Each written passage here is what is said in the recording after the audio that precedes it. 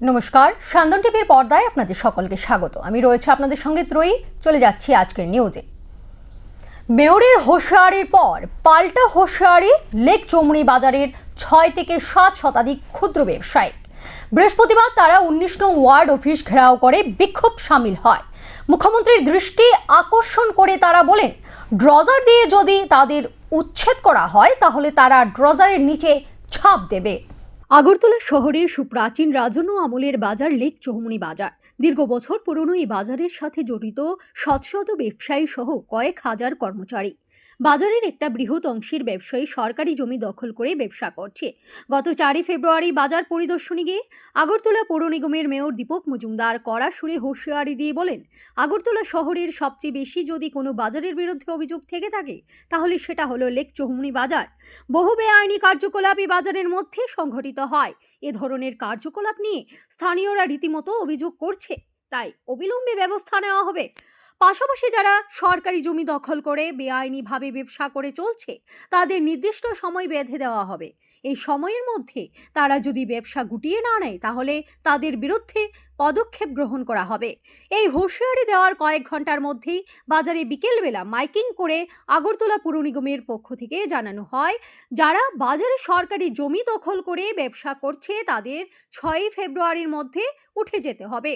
তারপরেই বিষয়টি নিয়ে ব্যবসায়িক মহলে ক্ষোভ সৃষ্টি হয়। বৃহস্পতিবার ব্যবসায়ীরা এলাকার 19 নং ওয়ার্ড অফিস ঘেরাও করে বিক্ষোভ সামিল হয়। তারা দাবি জানান, অবিলম্বে তাদের উচ্ছেদ হওয়ার জন্য বাজারে মাইকিং করছে নিগম কর্তৃপক্ষ। তাই তারা ওয়ার্ড অফিস ঘেরাও করে দাবি জানাতে চায়। রাজন্য আমল থেকে এই বাজারে তারা ব্যবসা করে আসছে এবং তারা কোনো উপযুক্ত জমি দখল করে ব্যবসা করছে না। আবর্জনা স্তূপের উপর বসে, ড্রেনের পাশে বসে কিংবা শৌচালয়ের পাশে বসে মাছ, মাংস, সবজি বিক্রি করে সংসার পরিচালনা করছে। তাদের সাথে জড়িত রয়েছে বহু কর্মচারী। যদি তাদের উচ্ছেদ করা হয় তাহলে পেটে লাথি মারবে। বংশ পরম্পরা অনুযায়ী তারা এই বাজারের মধ্যে ব্যবসা করে আসছে। তাই মুখ্যমন্ত্রী এবং আগরতলা পুর নিগমের মেয়র যাতে বিষয়টি পুনর্বিবেচনা করেন। কিন্তু আমরা কিন্তু মশার কামড় টামড় খেয়ে কিন্তু আমরা কিন্তু দোকানদারি করতেছি। কিন্তু তারপর আমাদের দোকানে কি হয়, আমাদের যেমন বাইক না ভাই, ছোট ভাই, একটা দোকানের লোকে 2-3 জন মতো একটা সংসারের মধ্যে যেমন থাকে। আমার 2টা স্টাফ থাকলে বা 2টা ভাই থাকলে ওই দোকান দিয়ে কিন্তু আমরা চলি। কিন্তু আমরা ঠিক আছে, আমরা পৌরসভা নিগমের আমরা যা কার্যকর্তা আছে আমরা সব মানুষ।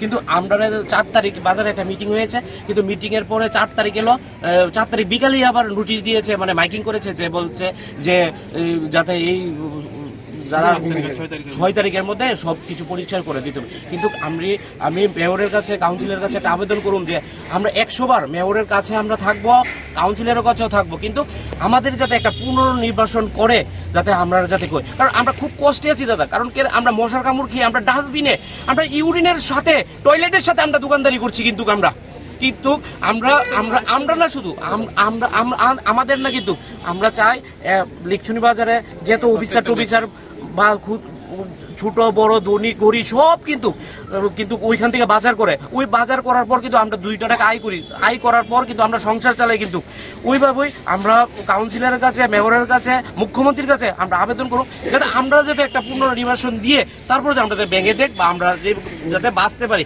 কিন্তু আমরা কিন্তু প্রত্যেকটা সময় আমরা কিন্তু ডেনের রূপে দোকানদারি করি। আমার বাবা এখানে দোকানদারি করছে আজকে 60 বছর যাবত। আমার বাবা সিনিয়র সিটিজেন, 100 বছর হয়েছে, মরে গেছে। আমার বাবা যখন ওই ব্রিজের তলে একটা বটগাছ ছিল ওইখানে বসে মাছ বিক্রি করতো। তারপর আমরা এইভাবে আস্তে আমরা 3 ভাই আছি। আমিও এখানে আজকে 2000 সনের থেকে বিজনেস করি। আমি 2000 সনে মাধ্যমিক দিয়ে বাবার সঙ্গে মাছ ধরে আমি এই বাজারে বিক্রি করেছি। কিন্তু আমি চাই সবাই যাতে একটা পুনর্নির্বাচন করে বা আমরা একটা ব্যবস্থা করে যাতে ভেঙে যায়। 2 দিনের মধ্যে আমরা কি করব। এক ক্ষুদ্র মহিলা ব্যবসায়ী দাবি করে, সরকার চাকরি দেয় না, তাই বাপ দাদার ব্যবসা আগলে ধরে সংসার পরিচালনা করে বহু শিক্ষিত যুবক। মহিলার দাবি, সরকার যদি ড্রজার দিয়ে দোকান গড়িয়ে দেওয়ার সিদ্ধান্ত দেয় তাহলে সেই ড্রজারের নিচে তারা ঝাঁপ দেবে, কারণ তাদের সংসার পরিচালনা করার বিকল্প কোনো রাস্তা নেই। এই ব্যবসার উপর দিয়ে তারা তাদের ছেলে মেয়ে পড়াশোনা করছে, ব্যাংকের ঋণ দিচ্ছে। তাদের মধ্যে আবার অনেকের বক্তব্য তারা স্থায়ীভাবে দোকান নির্মাণ করে ব্যবসা করছে না, তাঁবু ঝুলিয়ে তারা ব্যবসা করে আসছে বাঁধের উপর। তাই সরকার যদি পুনর্বিবেচনা না করে তাহলে তারা জমি ছাড়বে না বলে স্পষ্ট জানিয়ে দেয়। 60 বছর আগে থেকে আমরা বাপ দাদারা ওই এখানে ব্যবসা করছি। তার জেনারেশনেই আমরা এখানে সবাই আছি, ব্যবসা করতেছি। কেউ আমরা ক্ষুদ্র ব্যবসায়ী, যে আজকে রাজার আমল থেকে এই দোকান, বাজারটা আসলে ছোট্ট, আস্তে আস্তে এই বাজারটা অনেক বড় হয়েছে, উন্নত হয়েছে এই বাজারটা। এখানে বিয়ে ভাস এম এ ভাস ছেলে মেয়েরা সবাই আছে, চাকরি নাই, তারা এই ক্ষুদ্র ব্যবসায়ী করে বাবার জেনারেশন ধরেই তারা এখানে ব্যবসা করতেছে। কালকে আমরা সেক্রেটারি, বাজার কমিটির সেক্রেটারি আমরা ডাইকে কইছে যে এখানে আমরা যারা বান্ধের উপরে ছোট ছোট দোকান, আমরা কেউ তাবু টাঙাইয়া, কেউ টিন দিয়া ইয়া কইরা মাংস ব্যবসা, সবজি ব্যবসা সবাই করে, কেউ পুরি তরকারি বেচে, যে যেমন পারতেছে এমন ব্যবসা কইরা জীবিকা নির্বাহ করতেছে। এখানে তো শ্রমজীবী মানুষ সবাই, অর্থনৈতিক ভাবে পিছিয়ে পড়া অংশের মানুষ, এখানে সারা ত্রিপুরার মানুষই এখানে ব্যবসা করে। লিকসুমনি বাজারটা অনেক উন্নত হয়েছে, অনেক বড় হয়েছে। এই বাজারে কালকে আমরা সেক্রেটারি ঢাকায় কইছে যে পৌর নিগম থেকে আমরা কইছে যে এটা উড়াইয়া দিতাম, আমরা জায়গা সরাই দিতাম, এটা খাট জায়গা আমরা দখল করে বয়ে দিচ্ছি, এই জিনিসটা যাতে আমরা সরাই নিই। তাইলে আমরা এত বছর ধরে আমরা ব্যবসা করে দিচ্ছি, এই ব্যবসার উপরেই আমাদের ছেলে মেয়ে পড়াশোনা এবং রুটি রোজগারের যে জিনিসটা, রুটি একটা আমরা বাচ্চারা মুখে দিতে পারি, এখান থেকে ব্যবসা করে এক মুঠো ভাত দিতে পারি ব্যবসা করে তাদের মুখে। আজকে আমরা কই যাবো?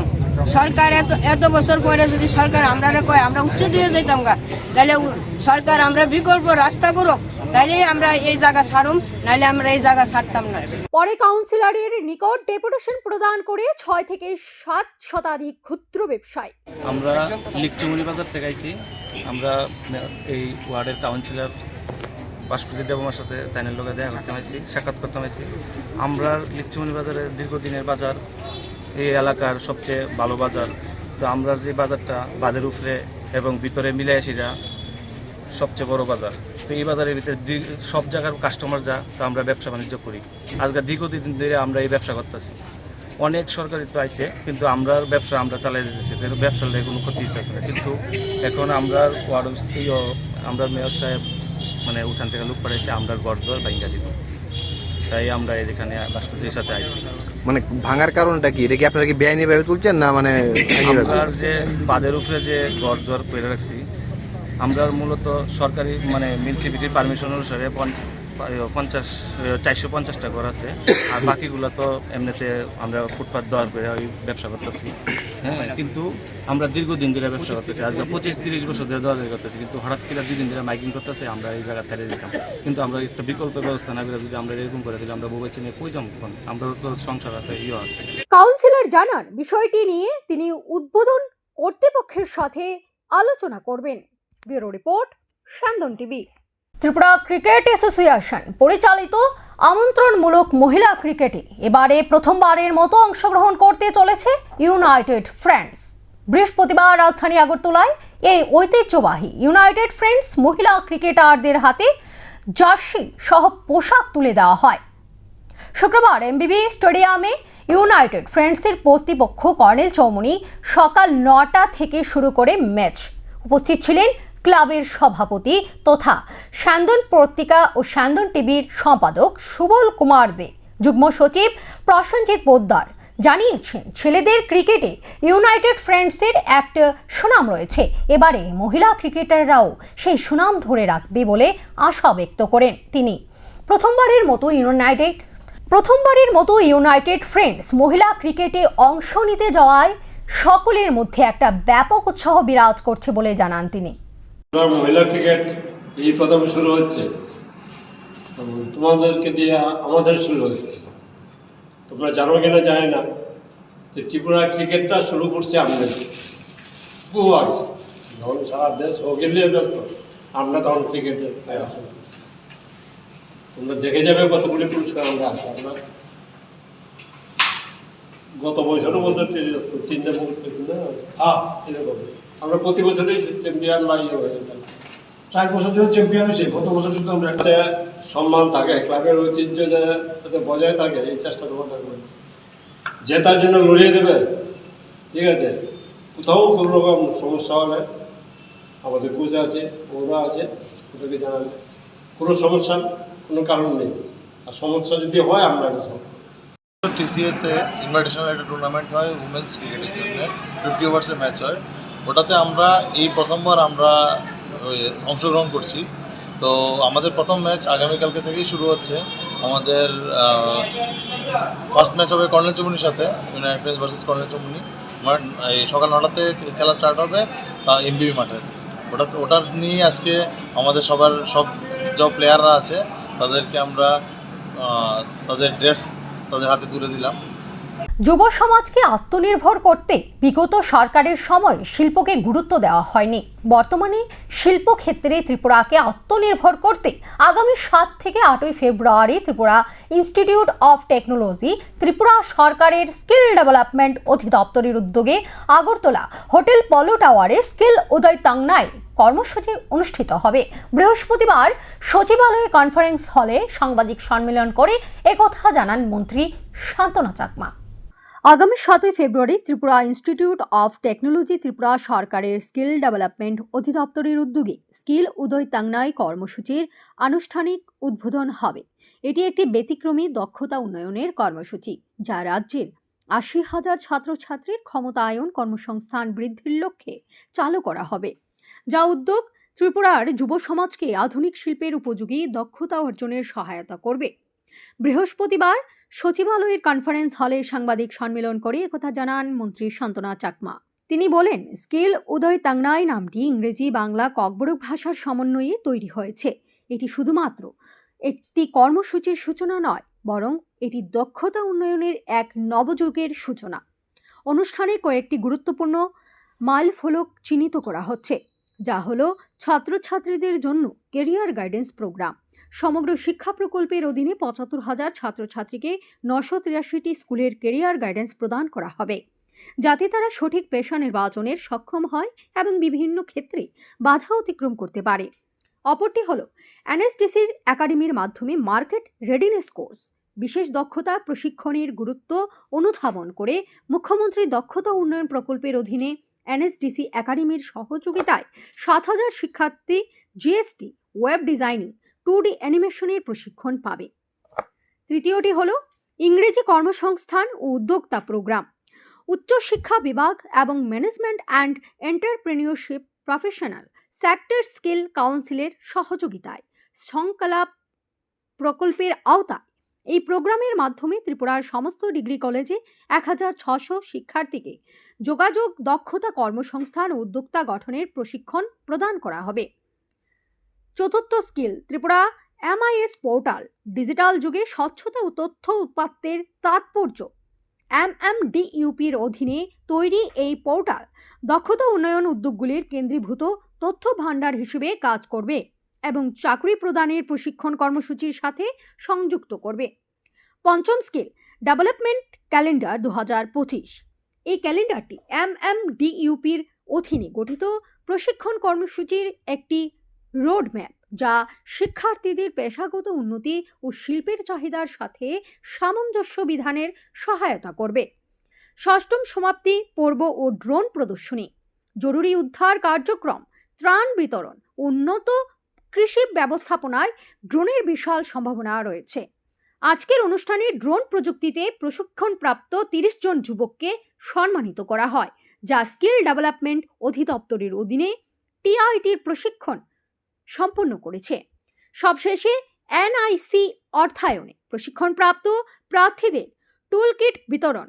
দক্ষতা উন্নয়ন শুধুমাত্র প্রশিক্ষণে সীমাবদ্ধ নয়, বরং আত্মনির্ভরতার দিকে ও অগ্রসর হওয়া প্রয়োজন। এই লক্ষ্যকে সামনে রেখে সেলাই, মাশরুম চাষ, মৌমাছি পালন, খাদ্য পরিক্রিয়াকরণ ও সৌর প্যানেল স্থাপনা প্রশিক্ষণপ্রাপ্ত 295 জন প্রার্থীকে টুল কিট প্রদান করা হয়, যাতে তারা স্বনির্ভর জীবিকা গড়তে পারে বলে জানান মন্ত্রী শান্তনা চাকমা। যে আমাদের বিজনেস কমপ্লেক্স 2025 আপনাদের মাধ্যমে আমরা চালাচ্ছি এবং এবারের আমাদের থিম হচ্ছে ডিসটিনেশন ত্রিপুরা ল্যান্ড অফ অপরচুনিটিস। এই বিষয় নিয়ে আমরা এবারে কমপ্লেক্স করতে যাচ্ছি এবং এই আমাদের যে নির্ধারিত তারিখ হচ্ছে 7 এবং 8 ফেব্রুয়ারি এবং স্থান হচ্ছে পলো টাওয়ার আগরতলা হোটেলে হতে যাচ্ছে। এবং এটার মূল উদ্দেশ্য হচ্ছে যে উত্তর পূর্ব ভারতের বিনিয়োগের মূল গন্তব্য হিসেবে ত্রিপুরার সম্ভাবনাকে প্রদর্শন করা, যাতে করে আমরা আমাদের ত্রিপুরাকে আমরা শুধুমাত্র আমরা ভারতবর্ষে নয় বিদেশেও যাতে আমাদের ত্রিপুরাকে তুলে ধরতে পারি। আমরা চাই শিল্পর ক্ষেত্রে যাতে আমরা ত্রিপুরা রাজ্যকে আত্মনির্ভর করতে পারি, সেই দিশাতে আমাদের বর্তমান সরকার, আমাদের মাননীয় মুখ্যমন্ত্রী প্রফেসর ডক্টর মানিক সাহার নেতৃত্বে সেই সরকার সেই চেষ্টা চালিয়ে যাচ্ছে। তার জন্য আমরা এই প্রোগ্রাম বিজনেস কমপ্লিট 2025 আমরা শুরু করতে আমরা চলেছি। আপনারা জানেন আমাদের ত্রিপুরা রাজ্য প্রাকৃতিক সম্পদে সমৃদ্ধি, আমাদের ত্রিপুরা রাজ্য। তো সেই ক্ষেত্রে আমাদের ত্রিপুরাকে আমরা এগিয়ে নিয়ে যাওয়ার জন্য সকলের সহযোগিতায় আমরা আশাবাদী আমরা আগামী দিনে আরো এগিয়ে নিয়ে যেতে পারব। তার পাশাপাশি আমরা চেষ্টা চালিয়ে যাচ্ছি অনবরত। আমাদের ত্রিপুরা সরকার নিরলসভাবে কাজ করে যাচ্ছে। কর্মসংস্থানের যে উৎসাহকে বাড়ানো, পাশাপাশি যে জীবনযাত্রার মান উন্নয়ন করার পাশাপাশি সবার জন্য উন্নতি নিশ্চিত করা, সেই লক্ষ্যমাত্রাকে সামনে রেখে আমরা কাজ করে যাচ্ছি। আয়োজিত সাংবাদিক সম্মেলনে এছাড়া উপস্থিত ছিলেন দপ্তরের আধিকারিক কিরণ গিত্তে সহ অন্যান্যরা। Bureau report, Sandan TV. গাঁজা কারবারিদের হাতে রয়েছে আগ্নেয়াস্ত্র, ফের এবার তা প্রমাণিত হয়ে গেল। গাঁজা বিরোধী অভিযানে গিয়ে ধনিরামপুরের গভীর জঙ্গল থেকে সোনামুড়া থানার পুলিশ উদ্ধার করলো বেশ কিছু শুকনো গাঁজা সহ একটি এয়ার গান। ঘটনা তদন্তে নেমেছে সোনামুড়া থানার পুলিশ। গাঁজা কারবারিদের হাতে পৌঁছে গেল আগ্নেয়াস্ত্র, যা রীতিমতো উদ্বেগের বিষয় হয়ে দাঁড়িয়েছে। গাঁজা কারবারিদের হাতে যে আগ্নেয়াস্ত্র পৌঁছে গেছে তা প্রমাণ পেল সোনামুড়ার থানার পুলিশ। সোনামুড়া থানার ওসি জানান, মঙ্গলবার রাতে সোনামুড়া থানার পুলিশ গোপন সংবাদের ভিত্তিতে জানতে পারে সোনামুড়া থানার অন্তর্গত ধনিরামপুরের গভীর জঙ্গলে বিপুল পরিমাণে গাঁজা মজুত করা হয়েছে। সেই সংবাদের উপর ভিত্তি করে সোনামুড়া থানার পুলিশ মঙ্গলবার গভীর রাতে বিশাল পুলিশ টিএসআর বাহিনী নিয়ে ধনিরামপুর গভীর জঙ্গলে গাঁজা বিরোধী অভিযানে যান। অভিযানে গভীর জঙ্গলের একটি পরিত্যক্ত স্থান থেকে বিপুল পরিমাণে গাঁজা সহ একটি এয়ার গান উদ্ধার করে পুলিশ। ঘটনাস্থলে বেশি কিছু গাঁজা নষ্ট করে ফেলা হয় এবং 60 থেকে 65 কেজি গাঁজা সহ উদ্ধার হওয়া এয়ার গানটি থানায় নিয়ে আসে পুলিশ। গোপন খবর আগে ছিল, সেই অনুযায়ী রাতের বেলা 4 তারিখ রাতের বেলা আমাদের টিএসপি ডিআইবি সাহেব, থানা অফিসার তপন দাস এবং এএসআই প্রবীর চন্দ্র সাহা সঙ্গে টিএসআর নিয়ে ধনিরামপুরের খুব গভীর জঙ্গলে রেড করে। অ্যাকচুয়ালি ইনফরমেশন ছিল ওখানে যে ড্রাই গাঞ্জা জাস্ট যে র গাঞ্জাগুলো কালেকশন করে ওখানে স্টোর করা হয়েছিল। সেই অনুযায়ী ওই জায়গাতে ডিপ ফরেস্ট ল্যান্ড ওখানে রেড করে প্রচুর যে গাঁজা ছিল এবং কিছু গাড়ি ব্যাগের মধ্যে ভর্তি করা ছিল। তো ম্যাক্সিমামটাই ওখানেই বাই ফায়ার ওগুলো ডেস্ট্রয় করা হয়েছে এবং যেগুলো গাড়ি ব্যাগে ছিল এগুলো প্রায় 60-65 কেজি হবে, এগুলো নিয়ে আসা হয়েছে। যেখানে রেড করা হয়েছিল ছোট্ট একটা স্মল হাট ছিল, যেটার মধ্যে একটা এয়ার গানও পাওয়া গেছে, কিন্তু ওখানে অ্যাবান্ডন প্লেস ছিল, ডিপ ফরেস্ট ল্যান্ড। তো ওখানে তো কাউকে পাওয়া যায়নি, তবে একটা এনকোয়ারি চলছে এবং যে গাড়ি ব্যাগে গাঁজাগুলো ছিল এবং যে এয়ার গানটা পাওয়া গেছে ওটা আমরা সিজ করেছি এবং আমরা সেটার এনকোয়ারি চালিয়ে যাচ্ছি। একটা ফ্যাক্টরি মেড, তো এগুলো ছোট বল ইউজ করেই করে। তো স্মল রেঞ্জ থেকে যদি কেউ কোনো ধরনের করে সেটা এফেক্টিভ তো আছে। আর সেটা ওই Precihole sports private limited কোম্পানির তৈরি করা সিঙ্গেল বোর্ড। বুঝুন, এটা এত আনডুয়েলেটিং প্লেস, এত চড়াই উতরাই। তো পুলিশ যখন মুভ করেছিল হয়তো বা ওখান থেকে কেউ নিজে গিয়ে ভেট করেছে ওই জায়গা থেকে। তো যার দরুন এত ডিপ ফরেস্ট, তো ওখানে গিয়ে কাউকে পাওয়া যায়নি। Just like a small abandon হাট, ওখানে এগুলো স্টোর করে রেখেছে। পুলিশের বক্তব্য, এই এয়ার গান দিয়ে কাছে থেকে গুলি চালালে যে ধরনের অপ্রীতিকর ঘটনা ঘটতে পারে, পুলিশ এয়ার গান উদ্ধার করতে সক্ষম হলেও কাউকে আটক করতে পারেনি। সোনামুড়া থানার পুলিশ একটি মামলা দায়ের করে ঘটনার তদন্তে নেমেছে। Bureau report, Sandan TV. বৃহস্পতিবার ভোরে আগরতলা সাবরুম জাতীয় সড়কে দুর্ঘটনার কবলে পড়ে দ্রুতগামী মারুতি গাড়ি। গুরুতর আহত গাড়ির চালক নাম বাপি চন্দ্র দে এবং পাতাল কুমার নোয়াতিয়া। ঘটনার বিবরণে জানা যায়, বৃহস্পতিবার ভোর 4:30 নাগাদ দ্রুতগামী মারুতি গাড়ি গর্জি নোয়াদিয়া হাদার মেলা থেকে বাড়ি যাওয়ার পথে উদয়পুর ফুলকুমারী নবশক্তি ক্লাব সংলগ্ন এলাকায় জাতীয় সড়কের পাশে মারুতি গাড়ি দুর্ঘটনার কবলে পড়ে। এতে দ্রুতগামী মারুতি গাড়ির চালক ও একজন যাত্রী গুরুতর আহত হয়। এদিন এলাকাবাসী বিকট শব্দ শুনতে পেয়ে উদয়পুর অগ্নি নির্বাপক দপ্তরকে খবর দেয়। অগ্নি নির্বাপক দপ্তরের কর্মীরা এসে আহতদের গোমতী জেলা হাসপাতালে নিয়ে যায়। ঘটনায় গুরুতর আহত গাড়ি চালক এবং যাত্রী গোমতী জেলা হাসপাতালে চিকিৎসাধীন। চিকিৎসকের কাছ থেকে জানা যায়, গাড়ির চালক এবং যাত্রী দুজনেই নেশাগ্রস্ত অবস্থায় থাকার কারণেই দুর্ঘটনার কবলে পড়ে। ভোর 5টার সময় দুজন পেশেন্টকে ফায়ার সার্ভিস নিয়ে আসে। একজনের নাম বাপি চন্দ্র দে, আরেকজনের নাম পাতাল কুমার নোয়াতিয়া। দুজনকে আমি দেখি, দুজনেই গুরুতর আহত হয়েছে। বাপি চন্দ্র দের মাথায় লেগেছে এবং পাতাল কুমার নোয়াতিয়ার দোনো পায়ে ভালো আঘাত লেগেছে। তো সিটি স্ক্যান করিয়েছি, এখন যা প্রাথমিক চিকিৎসা দেওয়া সব দিয়ে দিয়েছি। এখন বাপি চন্দ্র দেকে ছেড়ে দিয়েছি, আর পাতাল কুমার নোয়াতিয়াকে দেখি কি করে সিটি স্ক্যানের জন্য পাঠিয়েছি। এখনকার মতো সংবাদ এ পর্যন্তই। নমস্কার।